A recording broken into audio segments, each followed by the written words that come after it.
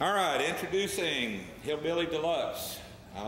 Starting on the left-hand side, you want to introduce yourself and what you play? Hi, I'm Dave. I'm the drummer for Hillbilly Delux. Terry Hart, guitar player. Darren Fisher, guitar, backup vocals. Chris Stanfield, bass. Craig Putman, vocals, and acoustic guitar sometimes, if the song's easy enough. Show pony. How long has your band been together? How long have y'all been playing? We've been together since mid-2006. So about August 2006. And y'all grew up in the Muscle Shoals? All of y'all from the Shoals area? Or? No, sir. No? Some are, some ain't.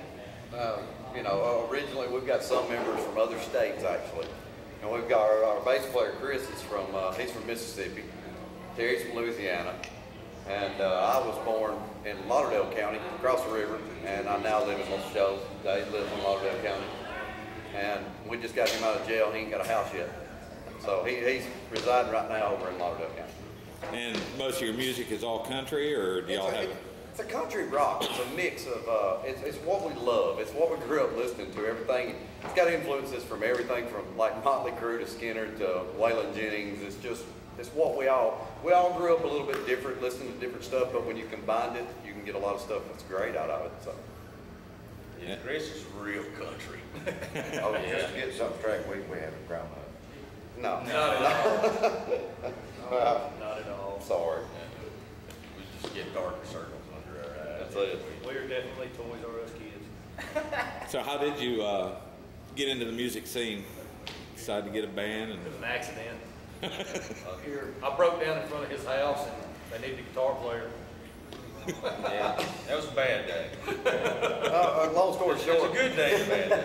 Long story short, one person knew somebody else, and it just kind of trickled down that way. And it started out just to do a little bit here and there, and then it kept getting a little bigger, and we just kind of been blessed with what all we get to do. So I think it really was kind of an accident. We didn't really think that, 2010 we'd be sitting here doing this. So it's been a great time, though. It's actually a conglomeration of two different bands. Yeah. We played a show together years ago, and those bands were Dog Soldier and Southern Tranquility, and the rest is history. Both bands kind of fizzled out after that show, and what was left became Hillbilly Delux. Y'all ever get to play? It's grown into its own entity. It really has. Any word from the mill? Any word from Darren? He don't ever say much. I'm a quiet guy. Yeah, just go on YouTube. You'll see how quiet Darren is. Hoping he doesn't lay an egg. Actually, Darren and I have played around the shoals for probably, God knows how long. since, Jesus was a corporal. yeah, and we had a band called Spoon Band, and so we kind of have been playing together for a long time.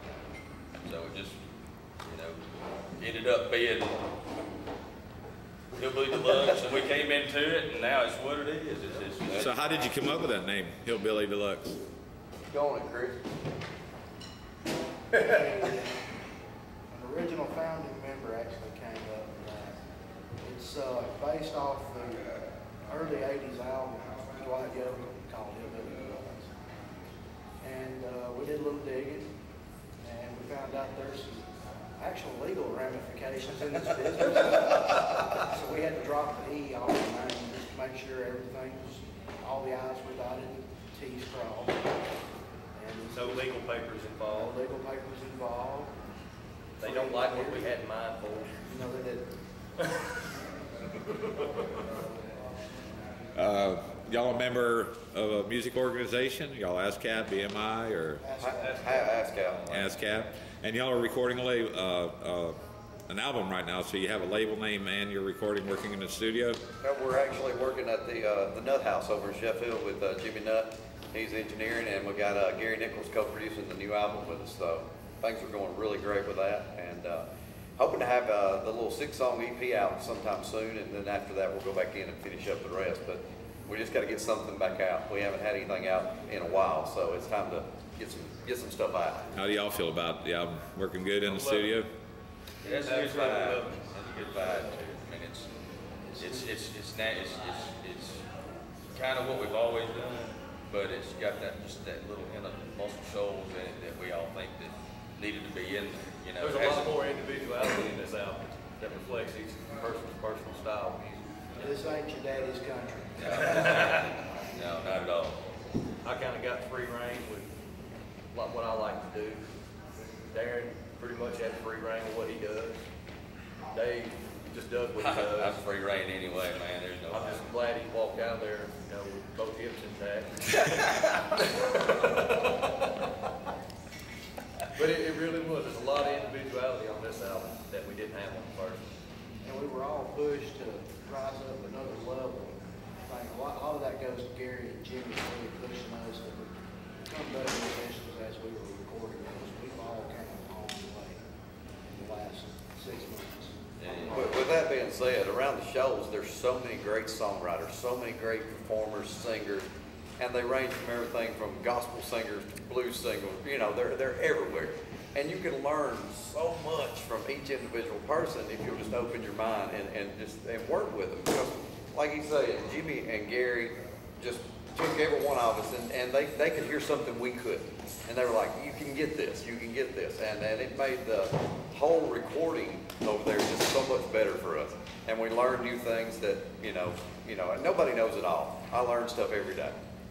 So, I mean, They have a good way of pushing you. Exactly. It's still a real laid back atmosphere. It really Real is. laid back. So they let you be you, but they just try to take you up to another It was notch. fun, but there was that suggestive kick in the rear end. yeah, I mean, Sometimes in the studio, you're sitting there and you feel like you're on the spot, but then it's just like, you know, you got just like you're playing in your living room, but you want to do that. You know? and I'll say for everybody, and I think it said a second ago, that nobody in this recording, and this time we were in the studio, nobody's done anything that they wouldn't do. I mean, you know, they were who they are. They really shined, and I'm proud of all the guys, especially on the tracks. And it was just unreal experience. I can't wait to get back in and do the other half of the CD now. So when is this CD going to be out, you think? We're shooting for The end of September. End of September. And then we'll have the link up on the page for that whenever it comes out. Oh yeah, soon as It'll say it's available. September-ish. Now, who writes all your music for you? Or All of these songs were pitched to us by outside writers that were suggested through Gary, co-producers with us. There's some ringers that have written on it. I made some big time national paper. And I really think any song on that CD could stand alone and carry a CD. They're all that good in my opinion. It's just, it all starts with a good song. You know. We're very proud to have a them. lot of them.